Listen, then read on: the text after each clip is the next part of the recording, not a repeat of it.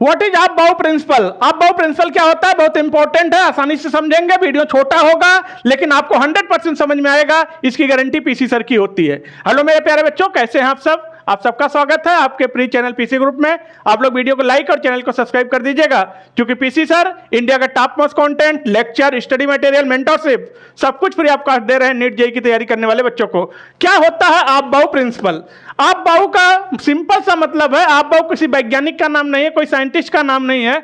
अप-बाउ का सीधा सा मतलब होता है बिल्डिंग अप, क्योंकि अप-बाउ एक जर्मन वर्ड है, जर्मन शब्द है, जिसका मतलब होता है बिल्डिंग अप। जैसे एक एक ईंट रख के आप पूरी बिल्डिंग, पूरा महल तैयार कर लेते हैं, या इसी को बोलते हैं कंस्ट्रक्शन। यानी अगर हम सिंपल भाषा में बात करें तो अप-बाउ का सीधा सा मतलब है इलेक्ट्रॉनों की फिलिंग कैसे करना, ये हमें अप-बाउ बताएगा।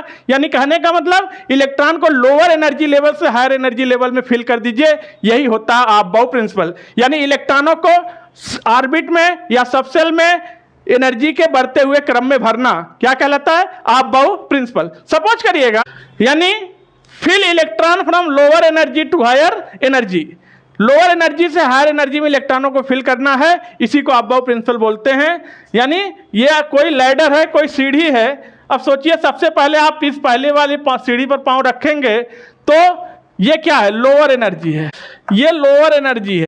लेकिन जैसे जैसे आप सीढ़ी पर पांव रखते हुए ऊपर बढ़ेंगे तो ये क्या हो जाएगा? हायर एनर्जी, हायर एनर्जी है। सबसे पहले आपको सीढ़ी पर चढ़ना है तो पहले पहली वाले पैर रखेंगे, फिर दूसरी वाले पैर रखेंगे, फिर तीसरी वाले पैर रखेंगे। इस तरह आप टॉप मोस्ट ऊंचाई पर चढ़ जाएंगे। तो सबसे पहले लोअर एनर्जी और फिर लास्ट में क्या होगा? Higher energy. इसी सीक्वेंस में इलेक्ट्रॉन को भी फिल करना है। पहले लोअर एनर्जी में फिल करो, फिर उससे थोड़ा ज़्यादा एनर्जी में फिल करो, और फिर सबसे ज़्यादा एनर्जी में इलेक्ट्रॉन को फिल कर दो ऑर्बिट में या फिर सबसेल में। इसी को बोलते हैं अप-बाउ प्रिंसिपल। अब देखिएगा, जैसे ये लिखा है 1s 2s 2p 3s 3p 4s 3d, और ये सीक्वेंस से लिखता हुआ चला गया है।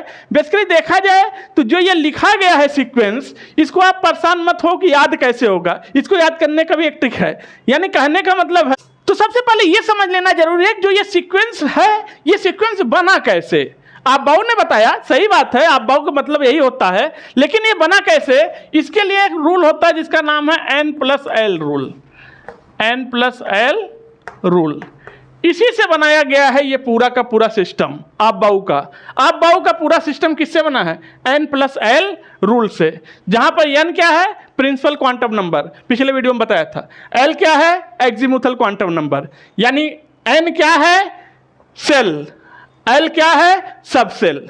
यानी सेल और सबसेल, देखिए गिनती क्या है? 1 सेल, यस क्या है? सबसेल, ये क्या है? सेल, ये क्या है? Subcell, cell subcell, cell subcell, cell subcell, cell subcell, cell subcell, इसी से मिलके बना हुआ है n+l रूल। और ये n+l रूल डायरेक्टली प्रोपोर्शनल होता है एनर्जी के। किसके होता है? एनर्जी के। यानी कहने का मतलब n+l की वैल्यू ज़्यादा तो एनर्जी ज़्यादा, n+l की वैल्यू कम तो एनर्जी कम। कहने का मतलब है ये क्या है? सेल। n क्या बताता है? सेल को। l क्या बताता है? सब सेल को। जैसे ये है 2s, ये है 3p, तो 2 क्या है? सेल, यस क्या है? सबसेल। वैसे ही 3 क्या है? सेल, p क्या है? सबसेल। यानी सेल और सबसेल। तो यहां पर हम एनर्जी निकालेंगे। n की वैल्यू क्या है? 2, यस के लिए l की वैल्यू आपको बताया था, 4 सबसेल था, s p d और f। इनके लिए l की वैल्यू, s के लिए 0, p के लिए 1, d के लिए 2 और f के लिए 3। तो देखिएगा 2 + 0 कितना आ गया? 2। यहाँ पर 3 + p के लिए 1 तो कितना आ गया? 4। बताइए किसकी एनर्जी ज़्यादा है? n+l की वैल्यू इसकी ज़्यादा, तो इसकी एनर्जी ज़्यादा है। तो याद रखिएगा, एनर्जी इसकी ज़्यादा है लेकिन इलेक्ट्रॉन इसमें बाद में भरा जाएगा। इलेक्ट्रॉन पहले उसमें भरा जाएगा जिसकी एनर्जी कम है। तो electron fill first, electron fill first. Electron पहले उसमें जाता है जिसकी एनर्जी कम होती है, फिर उसमें जाएगा जिसकी एनर्जी ज़्यादा होगी। और अगर कभी ऐसा सिचुएशन आ जाए कि दो के लिए n प्लस एल की वैल्यू बराबर आने लगे, तब हम केवल n की वैल्यू को प्रायोरिटी देंगे, जिसके n की वैल्यू ज़्यादा होगी उसकी एनर्जी ज़्यादा होगी। जैसे कोई एग्जांपल लेते हैं, ये है 3d5s, इसमें देखते हैं n प्लस एल निकालते हैं तो 3 प्लस डी की वैल्यू कितना हो गया, एल के लिए 2, कितना आ गया 5, n प्लस एल 5, यहाँ पर 5, एल की वैल्यू 0 तो कितना आ गया 5। देखिए दोनों ही केस में n प्लस एल की वैल्यू सेम आ रही है, तो हम किसकी एनर्जी ज़्यादा मानेंगे। अब ऐसे सिचुएशन में हम केवल n को प्रायोरिटी देंगे बस, जिसका n ज़्यादा उसकी एनर्जी ज़्यादा, इसका n 3 इसका n 5, तो इसकी एनर्जी ज़्यादा है। अगर एनर्जी ज़्यादा है तो इलेक्ट्रॉन पहले इसमें भरा जाएगा, इलेक्ट्रॉन फिल फर्स्ट, जिसकी एनर्जी कम उसमें इलेक्ट्रॉन पहले जाएगा, जिसकी एनर्जी बाद में उसमें इलेक्ट्रॉन बाद में जाएगा। इसी n प्लस एल रूल से बनाया गया अबाउ प्रिंसिपल। और जो ये सीक्वेंस आप देख रहे हैं 1s 2s 2p 3s, ये पूरा सीक्वेंस इसी डायग्राम से बनाया गया है। ये अबाउ का डायग्राम है। सबसे कम एनर्जी किसकी है, 1s की।